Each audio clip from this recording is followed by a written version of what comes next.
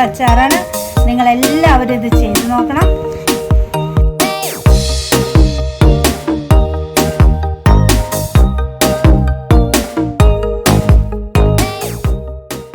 Hi friends, നമ്മളിന്ന് ഈ പഴമാങ്ങ ഉപയോഗിച്ചിട്ട് ഒരു അച്ചാറാണ് ഉണ്ടാക്കാൻ പോകുന്നത്. വളരെ എളുപ്പം പെട്ടെന്ന് ഉണ്ടാക്കിയെടുക്കാവുന്ന ഒരു അച്ചാർ.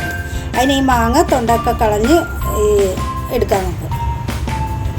ചീനച്ചട്ടി ചൂടായിട്ടുണ്ട്. നമുക്ക് ഇതിലേക്ക് കുറച്ച് എണ്ണ ഒഴിച്ചു കൊടുക്കാം. ഞാൻ വെളിച്ചെണ്ണയാണ് കേട്ടോ ഒഴിക്കുന്നത്. നമുക്ക് ഇതിലേക്ക് കുറച്ച് ഉലുവ ഇട്ട് കൊടുക്കാം. കൂടെ കുറച്ച് കടുകും കൂടി ചേർത്ത് കൊടുക്കാം.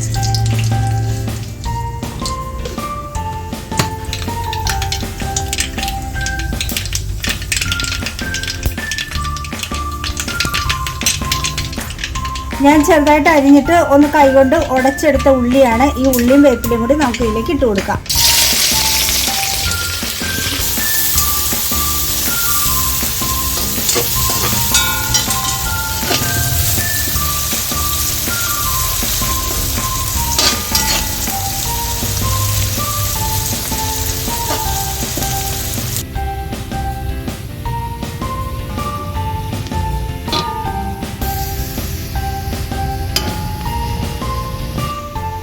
നമ്മുടെ ഉള്ളി നന്നായിട്ട് മൂത്ത് വന്നിട്ടുണ്ട്. ഇതിലേക്ക് നമുക്ക് കുറച്ച് മുളക് പൊടിയും മഞ്ഞൾപ്പൊടിയും ചേർത്ത് കൊടുക്കാം.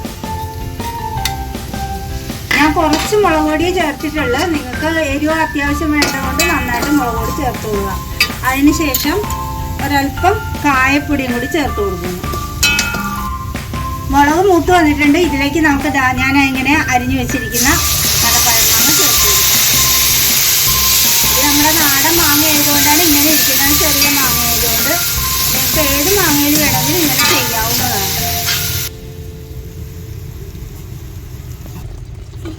മാങ്ങ തിളച്ച് വന്നിട്ടുണ്ട്. അതിലേക്ക് നമുക്ക് കുറച്ച് ഉപ്പ് ചേർത്ത് കൊടുക്കാം. ഇതിൻ്റെ കൂടെ നമുക്ക് അല്പം ശർക്കരയും കൂടി ചേർത്ത് കൊടുക്കാം.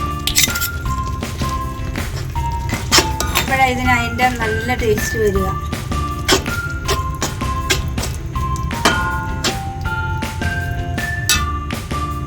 മാങ്ങ അച്ചാർ ഇവിടെ റെഡി ആയിട്ടുണ്ട്. നമുക്കിനി ഇത് പാത്രത്തിലേക്ക് മാറ്റാം.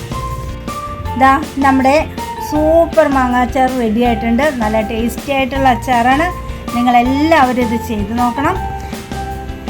സബ്സ്ക്രൈബ് ചെയ്യാനും ഷെയർ ചെയ്യാനും ലൈക്ക് ചെയ്യാനും ഒന്നും മറക്കരുത് കേട്ടോ. ബായ്. നമുക്ക് മറ്റൊരു വീഡിയോ ആയിട്ട് വീണ്ടും കാണാം.